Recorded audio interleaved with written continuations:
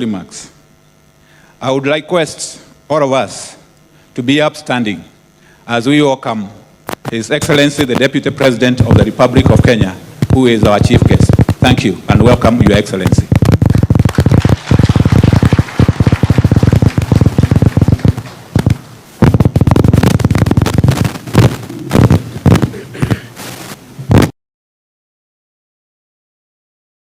Naomba tuketi, asanteni sana.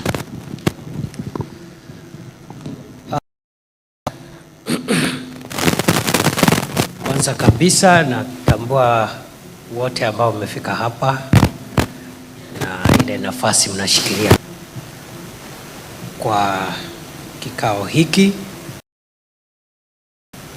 na ya tatu ni kusema nimeleta salamu za Mheshimiwa Rais, kiongozi wetu President William Ruto amewasalamia. Distinguished guests, ladies and gentlemen, it's my great pleasure to join you at this centenary celebration marking 100 years of service, the Kenyan tea, of serving the Kenyan tea to the rest of the world. I am particularly delighted to welcome our visitors who are present here today from every part of Kenya, and particularly those who have come out of Kenya. I warmly welcome you, those who have come from outside Kenya, to our beautiful country, and more so our coastal city of Mombasa.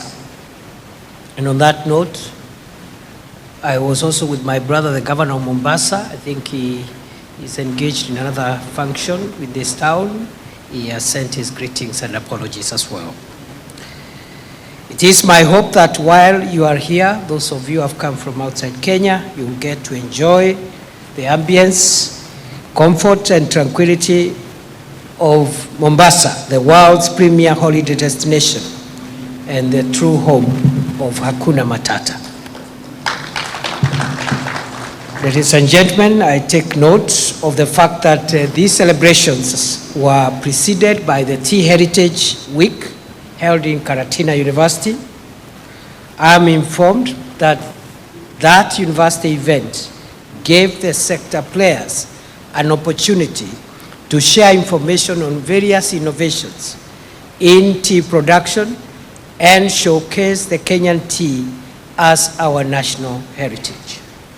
I congratulate the organizers for the inventiveness of the program that has integrated the cultural and social experience with a formal structured segment.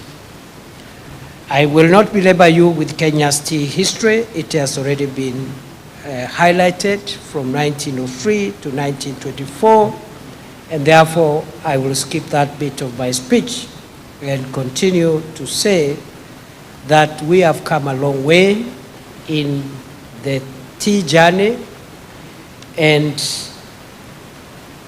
even as the minister said, our Minister for Agriculture, it took the fight of those who fought for your independence, for our independence, to get us grow tea as well as other crops, cash crops like coffee. And therefore, tea is not only our very unique exports, it's not only our gold and the treasure of our country, but tea is also part of our national heritage and is embedded in the struggle for the freedom and liberation of our country. 84 years today after tea was commercialized, we have made exemplary strides as a country. Today, tea growing cuts across 21 counties, supporting over 800,000 farmers and more than 6.5 million people, directly or indirectly, are economically supported by tea. Tea, as has been said, contributes to about 2% of our GDP. It is only third after diaspora remittances, and as well as tourism. Today, our tea has grown in terms of quality and safety, and one of the reasons why our tea continues to maintain its quality and safety, it is because it is grown in natural conditions with very little chemical input. Kenyan tea, just like our athletes, is a globally recognized and outstanding brand. I appreciate what the Tea Board of Kenya is doing and the other stakeholders to market our tea abroad, and I want to commit to support that marketing campaign, and will be more than happy to join you when I can, when you go to market our tea in the places where our tea is exported. I think I have a bit more now of leverage to travel, because I have not been able to travel because of the previous national duty I was doing, which compelled me to stay within the territory of the Kenya 24 hours, 7 days a week, including on Christmas Day. I'm the only person who, for the last 2-3 years, have not been able to even go on Christmas. When you are on Christmas vacation, I am on duty, and I can see people who are familiar with that story, like Mheshimiwa Ruwaida here from Lamu. Those were some of the places I used to spend my Christmas with our frontline officers in the security sector. Therefore, as I have said, this is a very, very strong brand, our Kenyan tea, just like our athletes, and we need to leverage on that prominence of that brand to sell our tea abroad. And in many parts of the world, including the developed world, Kenyan tea is a major staple for breakfast and also for 4 o'clock refreshment in many homes. I want to congratulate all stakeholders and actors here today for the contribution you've made to make our tea what it is today. And I want to appreciate the role of the ministry, Minister, PS, Tea Board, KTDA, farmers, members of parliament who have done a good job in terms of anchoring this sector in a sound legal and regulatory framework. I salute all of you. And when I say members of parliament, both houses of parliament, National Assembly and Senate. Ladies and gentlemen, the socio-economic importance of the tea subsector cannot be gainsaid. The tea industry is not only an engine of economic growth, but is a key anchor to our sustainability and environmental conservation pursuits. Many of us here can attest to the role tea growing has played in supporting our education. Many families have educated their children in the last few decades, especially from the tea growing areas, or a place like Mombasa where the last mile of the tea marketing is done as the tea leaves our country, through the employment created in the entire supply chain, production and supply chain. Many families have educated their children from this sector. The sector has traditionally represented a major source of income and employment, especially for rural communities of our country. Smallholder farmers, many of whom are women, account for over 60% of global tea production. Women play a crucial role in the tea industry, substantially contributing to its sustainability, productivity, and community development, especially because tea is labor intensive and it provides many decent jobs, and these jobs are mostly preferred by women. Tea cultivation also promotes sustainable farming practices and environmental conservation, helping to mitigate climate change, because one of the threats now our tea farming, tea growing is facing is the threat of climate change that is disrupting weather patterns and also introducing harsh and radically different weather conditions that would affect the quality of our tea. For this reason, the government has recognized the tea subsector as a key anchor to the economy, with the bottom-up economic transformation agenda placing tea among our priority value chains, which will develop alongside other value chains like coffee, like cotton and coconut and so forth, and leather and everything else that this country can generate in the area of agriculture and livestock production. To safeguard the heritage and reputation of Kenyan tea and to ensure sustainability of the tea subsector, the government has continued to address the challenges facing the tea value chain. Chief among these is the high cost of production and processing, market access, lack of value addition, and dependence on markets that consume the CTC tea, that is the crush, tear, and curl tea. There are also challenges around quality concerns and perennial governance challenges in smallholder tea factories. The agriculture pillar in the Kenya Kwanza plan is anchored on subsidizing production rather than subsidizing consumption. This broad target is to ensure we improve agricultural productivity to guarantee food security in the country, create jobs, and increase Kenya's exports. Of significant import has been efforts to reduce the cost of production and bring higher earnings to tea farmers. In this regard, the government has, over the last 2 years, supported tea farmers to access over 180,000 metric tons of subsidized fertilizer at a subsidized price of 2,500 shillings per 50 kilogram bag. This year, the government has allocated and disbursed 2 billion shillings to support the distribution of 97,000 metric tons of subsidized fertilizer to tea farmers.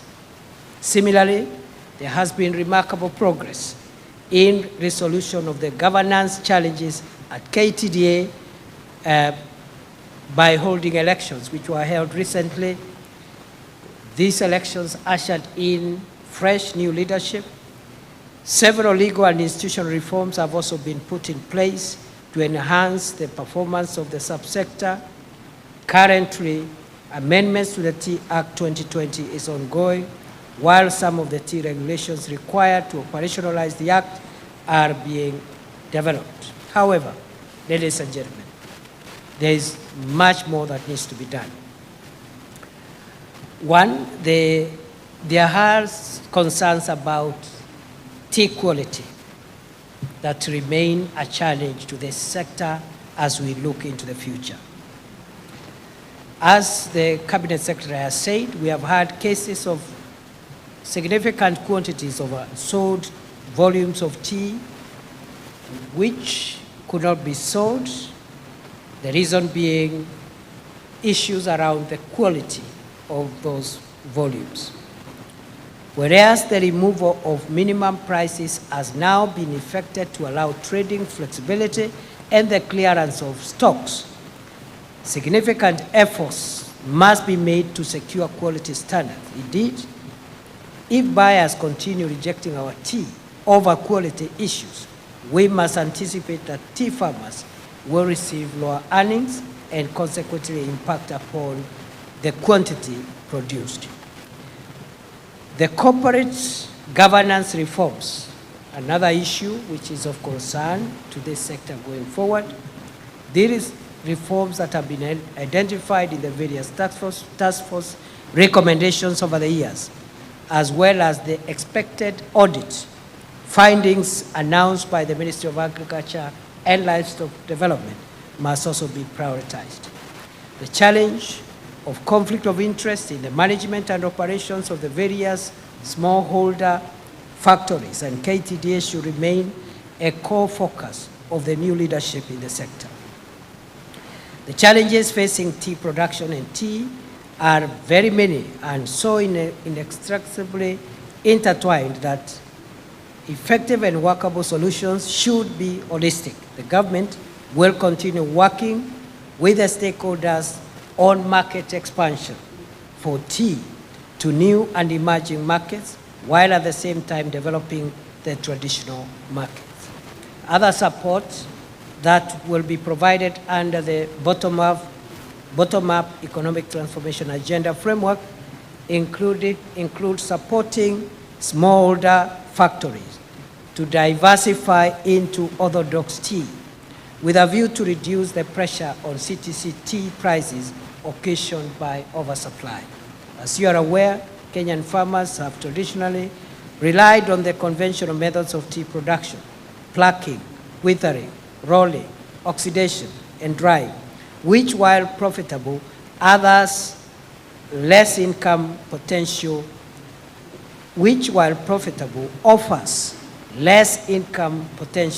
than value-added teas. Value addition has the potential to increase smallholder farmers' incomes when compared with non-value-added conventional tea. We should strive to encourage packaging, branding, blending, and other value addition elements. We must also adopt technology and innovation to product development, product diversification, continued research and development in the tea industry present an opportunity for the industry to develop products aligned to the new and emerging sophisticated consumer demands, including shifting preferences by the youthful generation. Climate change, another challenge, is impacting the tea subsector as with all other sectors of the economy. Changes in temperatures and rainfall patterns, with more floods and droughts, are steadily affecting yields, tea product quality and prices, lowering incomes and threatening rural livelihoods. These climate changes are expected to intensify, calling for urgent adaptation measures. We must design and implement climate practices that mitigate the negative impact of climate change in the sector, both on the adaptation and mitigation front, into our national tea development strategies. I am glad to note that despite the challenges that have been facing the subsector in recent years, the performance of the industry has remained afloat and weathered the challenges of the global economic shocks affecting key markets for our tea. Last year, export earnings from tea reached a record 180 billion shillings, up from 138 billion shillings the previous year. Going by the export earnings so far until the end of October this year, which is at 156 billion, compared to 141 billion for the same period of last year, it is expected that export earnings by the end of this year will rise by at least 16% to reach 211 billion. I reiterate the government's commitment to continuously address the current and emerging issues in the tea industry, looking into the future with a view to safeguarding this national heritage of Kenya, our tea, to ensure sustainability of the subsector. We need to leverage on the legacy of the last 100 years, taking into account the emerging issues. I congratulate the organizers once again for creating the opportunity for our coming together as friends, partners, colleagues, and regulators to celebrate our successes and redesign our future, bonding over a cup of tea.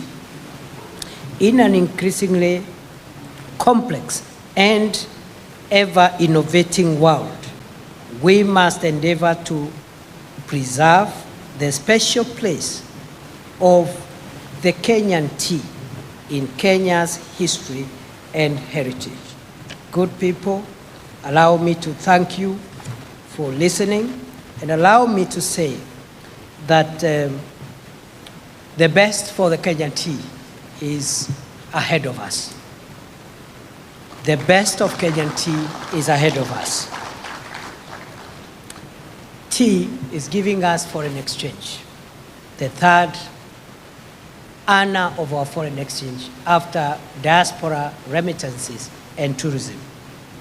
Tea is giving us jobs, especially in rural communities, and especially for our women who find a lot of decent jobs in this industry. And therefore, going forward, the government will continue to invest in this subsector.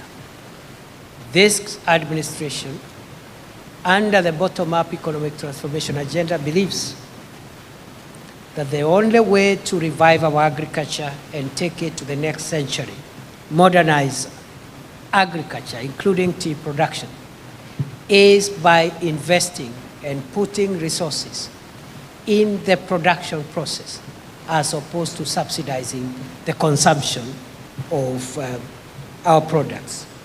And it is that regard the government will continue enhancing the amounts that we allocate to the inputs that go into the production of tea, particularly fertilizer, as I have already stated, and also modernizing the technologies that we use to produce our tea to make sure that we have better quality tea production.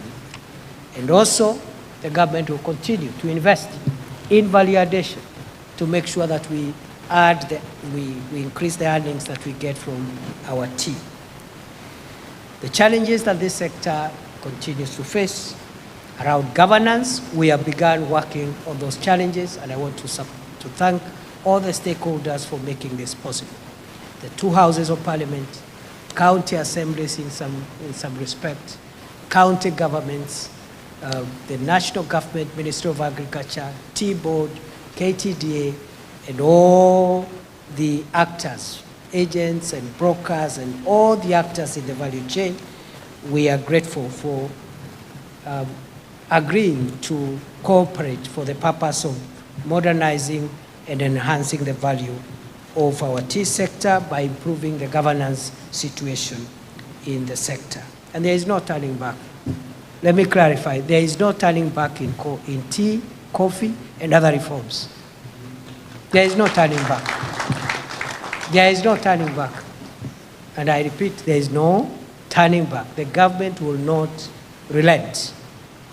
And because my last national assignment, I was the security minister of the country, I want to assure you, I will bring that firmness in this new assignment. The firmness of keeping the country first and placing the interest of our nation beyond any other interest. I therefore want to plead with us to cooperate, because the reform in the tea sector must, by all means possible. There are no two ways about it. There will be no roadblock. There will be no obstacle. There will be no hurdle. We will succeed for the sake of our country and for the sake of the farmers who sweat out to make sure that they give us this proud product that we sell and boast of all over the world. Mimi najua hapo kutakuwa na matatizo, lakini tutaendelea.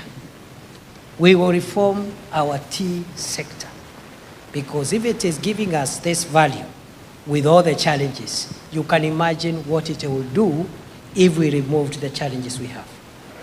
Issues of governance are non-negotiable. They are non-negotiable.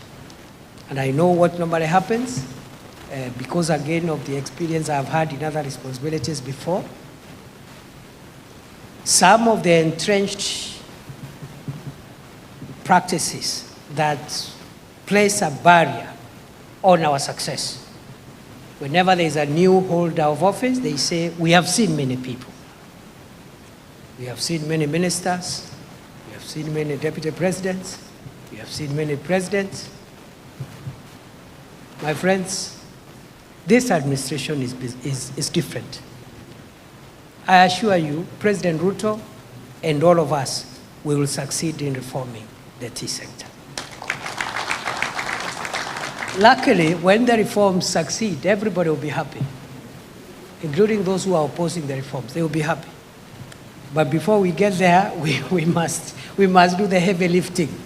And I want to congratulate my brother CS, my brother PS, the tea board people, KTDA. So far, you have done a lot of work, and I'm sure I will pick where my predecessor left to coordinate those reforms and make sure that we succeed. The quality issue, we must address it. Some of the quality issues are beyond our control because some of the factors that are impact on our quality is, for example, climate change. But we can mitigate and adapt our production processes to make sure that we minimize the effects of climate change in the quality of our tea. Diversification, of course, venturing into new products within this tea subsector, value addition, as I have said. Kwa hayo mengi na machache na washukuru. I wish I could stay longer, but maybe next time. I have promised to, I've given my commitment to Minister Karanja and PS Rono and all the other stakeholders, including our colleagues from Parliament, the two houses of Parliament.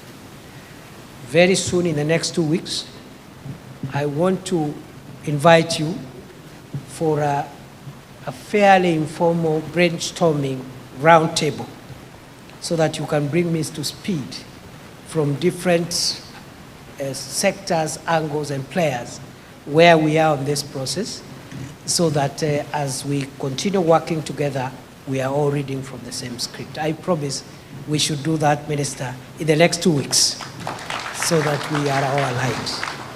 Nashukuru sana, nawatakia kila la heri. Mungu awabariki. Mungu awabariki nchi yetu ya Kenya. Asante.